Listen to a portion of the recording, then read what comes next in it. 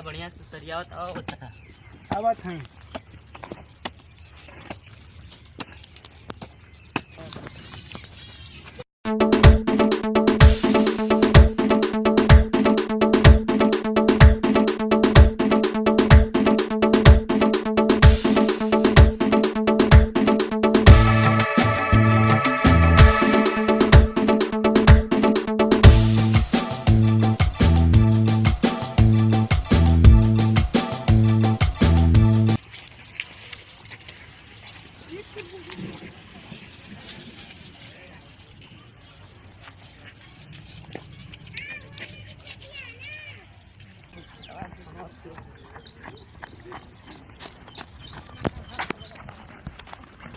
झाटू भैया अरे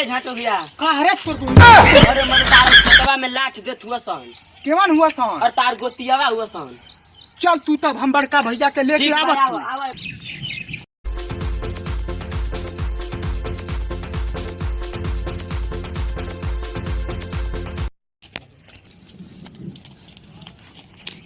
ये नाचू भैया का भइले? और हऊ एकर बहिन चोद हमनी के जमीन में आरी देत हुआ सन। चल ताजवानी के समझा देवे के तनी। चलो चल त रुक लाठी निकाल ले हाँ लेके आवो। धर त तनी।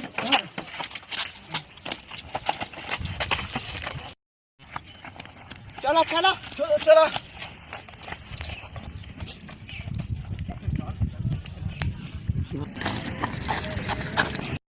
पूछ के खेत में मेरा देत हुआ सन। कोई से पूछले नहीं कि जा सरवे में नाम हमनी के बाप दादा के बोला था ये से मेरा दे बन जा। कब से ही? 2025 से आज 26 में तू भैया सरवे निकलल बा। त प्राइवेट मिले ना पहले से सरकारी ले। प्राइवेट से ए जब प्राइवेट के मने आता नहीं होई फेर से रुपया होई। फेर से रुपया होई। फेर से रुपया नहीं आहे नहीं होई। अरे भाई का भइलो? हां ठीक है काहे का ऐसे काहे? अरे भाई हां पहले सुन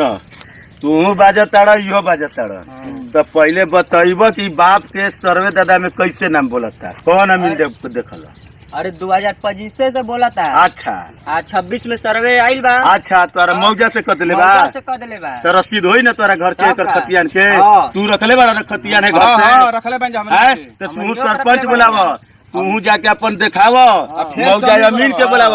आजा दोनों मौजा आई दोनों के प्लॉट नंबर देखी जेकर सही होई ओकरे खुटा गड़ाई। ठीक बाजला से नहीं फरी आई मर्जी बजा बाजत केस में बेचा जी बजा जा बुला के लाओ दोनों काम हो जा करो कान के बार फाटी हिनकरो फाटी यो जेल में डुकिया तू ठीक बात बोला जा लिया क्या वजह बना वही छोड़ो सरपंच पहिला के का फायदा करबो जबे मन करे तब भगतो बानी तलिए फोन कर फोन कर साला का बात पाए कर फोन जमीन चला देने के हम खरियाइए दिन सालन का बात बा कौन का लो आई बैठी सरपंच साहब महाराज ने रोड के सुबह फोन कइले वाला का बात बा? हां अरे का करब खानदानी विवादी जमीन चलता भाइये में अपने में साला बाजट कटौल करतल सन बुलाओ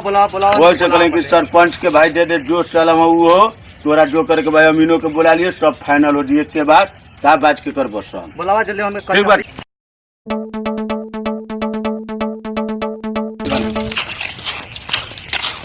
मदद कभी के सरपंच बैठ जा हो जा अब अपन को हारी बोला जा बेटा ओ पर्दा वाला भाई साहब यहाँ बैठा आ भैया फोन की ले गान मार दिली सरपंच जोन काम बस सीरियस में ले चला कहीं मजाक समझल वाले तू काहे कचहरी गरम कचहरी के तू ठीक बात सरपंच जी पूछ नहीं सरपंच जी करे ले करे गलुआ का बात है का कहत है? अरे सरपंच जी ई सालों पहले जोता तो रहा सन खेत हमार हाँ। अब ये सर्वे में नाम बोलने बा हमनी के जाए के मेढ़ी बनैनी जा तो दोनों भाई लाठी लेके अइला हमारे लाठी लेके पहुंच रहा सन हाँ काय खातिर लाठी लेके बसन का बात पहले बताओ तू कागज दिखा तब तो कागज तो हमार बटले बा हाँ तो दोनों कागज लावा सन कौन अमीन न पले अरे प्राइवेट अमीन आई रहे कहिए के साल भर हो गई का नाम हो चौथा ना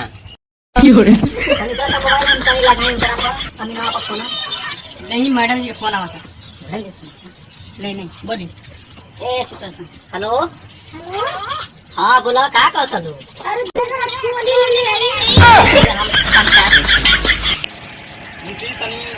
लगावा तो लेतना पक्का ना नहीं लगा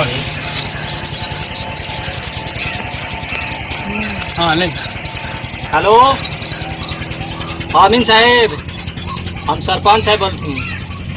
हाँ जल्दी आई पंचायत भवन पर जल्दी आई हाँ हाँ आवत रहा अमीन साहब आवत चलने दिया राजेश सरपंच जी प्रणाम प्रणाम का अमीन साहब क्या हाल चल रहा बहुत बढ़िया बा हाँ जमीन में विवादी कर दिले वाला अरे विवादी का ये लोग के जमीनें कुछ लफड़ा में चल रहा है हम आला क्या प्रणाम बा अब आपको दिखा देते हैं नाश्ता ये लोग के जमीन की। दिखावा ठीक है देवा सा की गाड़िया में डल रहा संसार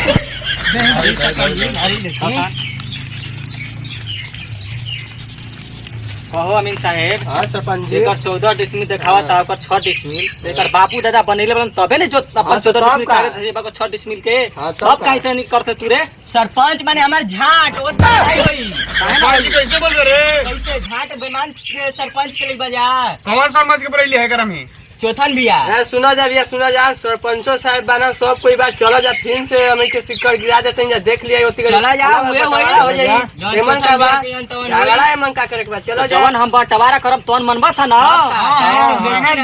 चला सन कहां बा या चला सन अपन जमीन पर खेत पर लिया चला चली सा उठा रे होई जे होई रे कुवर भी आधा रस कि हम कितना न पावा तनी देख ना पावा देखो झटुआ धरा जा फीता धरा जा धरा उधर धरा कोना पर धरा बीच में धरी लाट के बीचों बीच हां चली देखी सरपंच जी झाटू अमीन हइजा रखौ बेमानी होत झाटू अमीन के कह हइजा रखे के देखत रही तू हाँ। बारा भी रखा रखा हां देखा सरपंच देख अब तोरा लौकेला आपके यही खातिर हम बोलेले बानी लौकत त तस्मा निकल ले तो देख देख बढ़िया ले देख ए सोच कर थोड़ा पीछा सोच कर ए तन की हां क्या? ये करो ये कर हेने कर चल सही तबा सही बा हां सही बा हेने काले का थुए ए हां सही बा सही धैया कि नहीं बीच में देख नहीं हो जाना है जा करो नहीं हो जाना है जा ना है जा करो नहीं है जा रही अरे रुकबा सन हमरे बतिया सुनबा सन त है जा किले वाला सन का बोलो अमीन साहब यानी कि जमीन विवादी में डाल दी ठीक है डाल देता हूं